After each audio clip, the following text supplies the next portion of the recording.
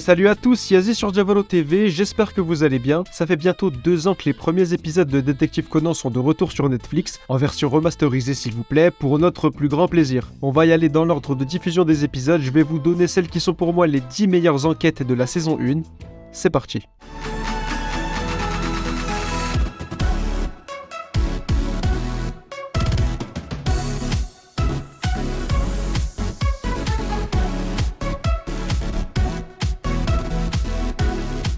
La bombe roulante. Kogoro se rend à Kyoto pour le mariage d'un ami, accompagné de Ran, Conan et des Detective Boys. Et d'entrée de jeu, Conan tombe nez à nez avec Jin et Vodka, les 2 membres de l'organisation des Hommes en Noir responsables de son rétrécissement. Il décide de les suivre et d'écouter leurs conversations. C'est comme ça que Conan apprend leur nom d'ailleurs, alors que dans l'animé, ils sont remplacés par des doublures, ce qui est pour moi une honte absolue. Bref, il apprend qu'après une transaction avec un passager du train, la mallette d'argent qu'ils ont fournie était en fait remplie d'explosifs et se déclencherait à 15h10. Une course contre la montre est initiée pour vite retrouver lequel des 3 passagers s'étant rendus au wagon-restaurant a la mallette en question avant son explosion. Un méfait de l'organisation des Hommes en Noir qui a bizarrement été étouffé. Meurtre au musée. Une armure exposée dans un musée aurait été aperçue en train de marcher toute seule pendant la nuit. Ran en parle à Kogoro et Conan et décide d'y aller. Un meurtre survient où la victime est sauvagement empalée au mur. En regardant les caméras de surveillance, c'est le choc. L'assassin n'est autre que cette fameuse armure qu'on retrouve dans le tableau du châtiment.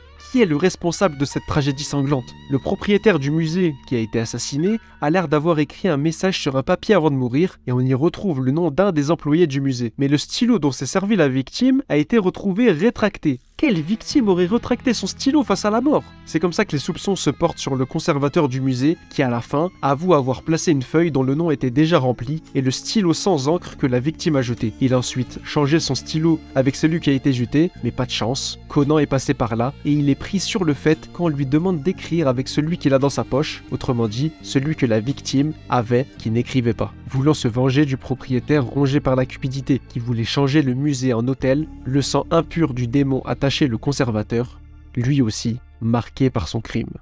Sonate pour crime au clair de lune.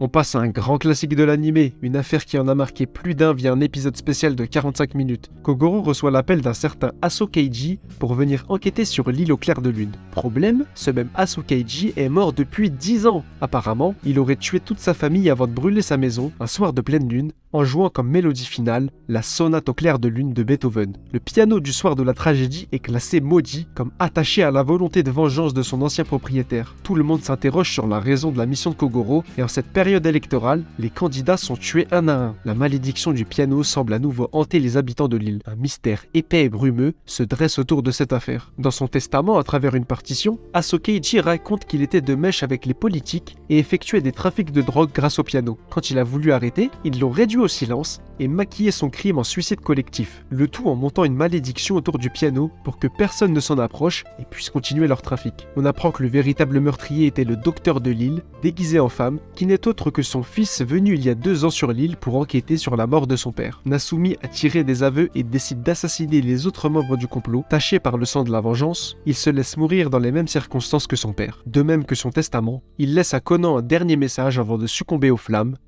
Merci, petit détective. Meurtre déconcertant. Une certaine Hirota Masami vient au bureau de Kogoro pour lui demander de retrouver son père disparu depuis un moment. Le lendemain, après les retrouvailles, ce fameux père est retrouvé pendu à son domicile et ce monsieur n'a apparemment jamais eu de fille. Les questions s'enchaînent, Masami est injoignable et un homme surveille l'équipe de Kogoro de près. Comment faire le lien entre ces événements et ceux d'un récent braquage à plusieurs millions de dollars? Conan est sur le coup grâce à son nouveau gadget, un tracker placé sur la montre d'Hirota Masami. On remonte sa piste ainsi que le montant volé. Tous les membres du braquage sont décédés et elle se retrouve aux portes de la mort. Conan arrive in extremis pour la sauver, se présente de manière iconique comme à son habitude et on apprend que Hirota Masami agit pour le compte de l'organisation des Hommes en Noir, détail qui aura son importance pour la suite du manga. Un cadavre a disparu. Les Detective Boys sont sur la piste d'un chat de leur camarade. Pendant leur recherche, ils voient à travers une fenêtre un cadavre dans une baignoire. Ils interpellent immédiatement la police grâce au téléphone en face de la maison et la gardent sous surveillance jusqu'à leur arrivée. Personne n'en est sorti. Une fois tout le monde à l'intérieur, stupéfaction totale, le cadavre a disparu, la baignoire est toute propre et le fameux cadavre est rendu plus vivant que jamais. Personne n'est sorti par l'avant et il est impossible d'évacuer par l'arrière avec un cadavre au bras. Le propriétaire de la maison, qui n'est autre que le frère de la soi-disant victime, rentre chez lui. De nombreuses questions se posent. Le frère soi-disant décédé apparaît comme endormi dans la chambre du haut. Megure s'en va avec le sentiment d'avoir été dérangé pour rien. Après mûre réflexion, Conan décide de s'introduire à nouveau dans la maison en secret pour vérifier ses théories. Il ne dormait pas, il était mort. Le cadavre était bien là. Un faux mouvement le repère, ce qui engage une traque sévère dans les recoins étroits de la maison, le frère faisant exploser sa rage et ses ressentiments. Conan arrive à l'arrêter en l'assommant, classant ainsi l'affaire du cadavre disparu. Le meurtre du collectionneur d'antiquités.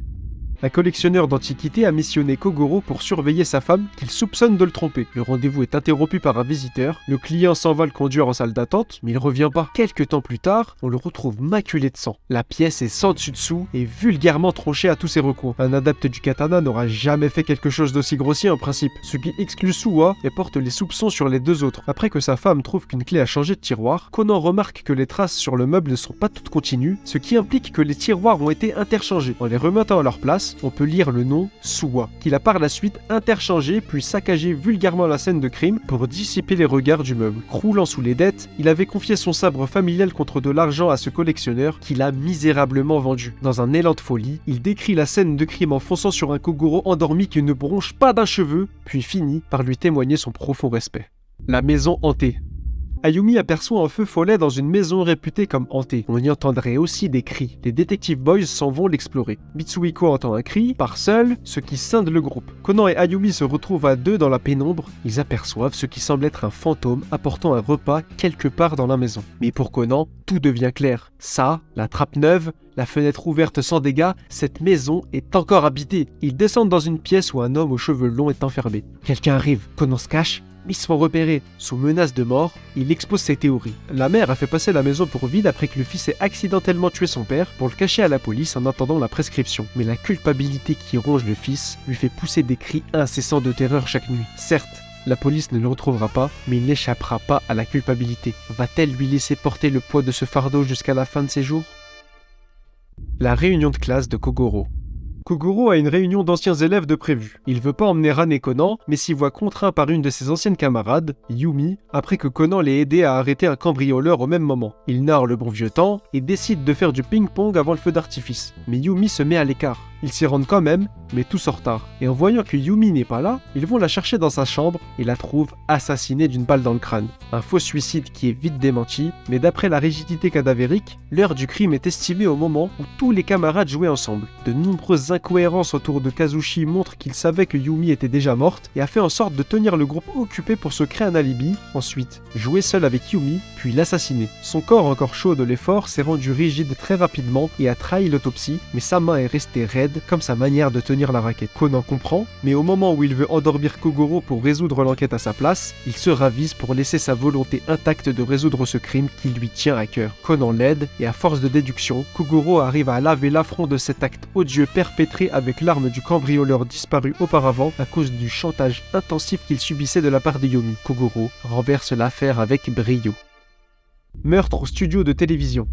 Kogoro est invité sur un plateau de télévision pour faire la promotion d'une série inspirée de lui-même. Pendant la diffusion d'un bout de l'épisode qui dure 4 minutes, le présentateur en chef d'une autre émission est tué. C'est Michihiko. Les soupçons de Conan se portent rapidement vers Takashi vu sa réaction, mais l'étage où il se trouvait et celui où Michihiko est retrouvé mort est à plus de 6 minutes en courant à pleine vitesse. Impossible apparemment que Takashi ait réussi son coup. D'autant plus que les impacts de balles au mur traduisent des tirs ratés, mais bel et bien dans la pièce où se trouvait Michihiko. En apprenant que Takashi est un as du tir, Conan arrive à retracer la scène. Takashi a appelé Michihiko sur son téléphone pour l'attirer vers la fenêtre en feintant un suicide. Il lui a tiré dessus en pleine tête quelques étages au-dessus, laisse tomber son arme qui se retrouve dans la pièce, puis est retourné incognito d'où il venait, le tout en moins de 4 minutes. La preuve en est qu'une balle est logée dans le sol pile en dessous de la fenêtre en question et que le rappel automatique de son téléphone emmène vers le téléphone de la victime. Une excellente feinte réalisée par la rage d'avoir été trahi sur une émission qu'il avait proposée, le projet de sa vie, qui ont tous été réduits à néant par notre cher détective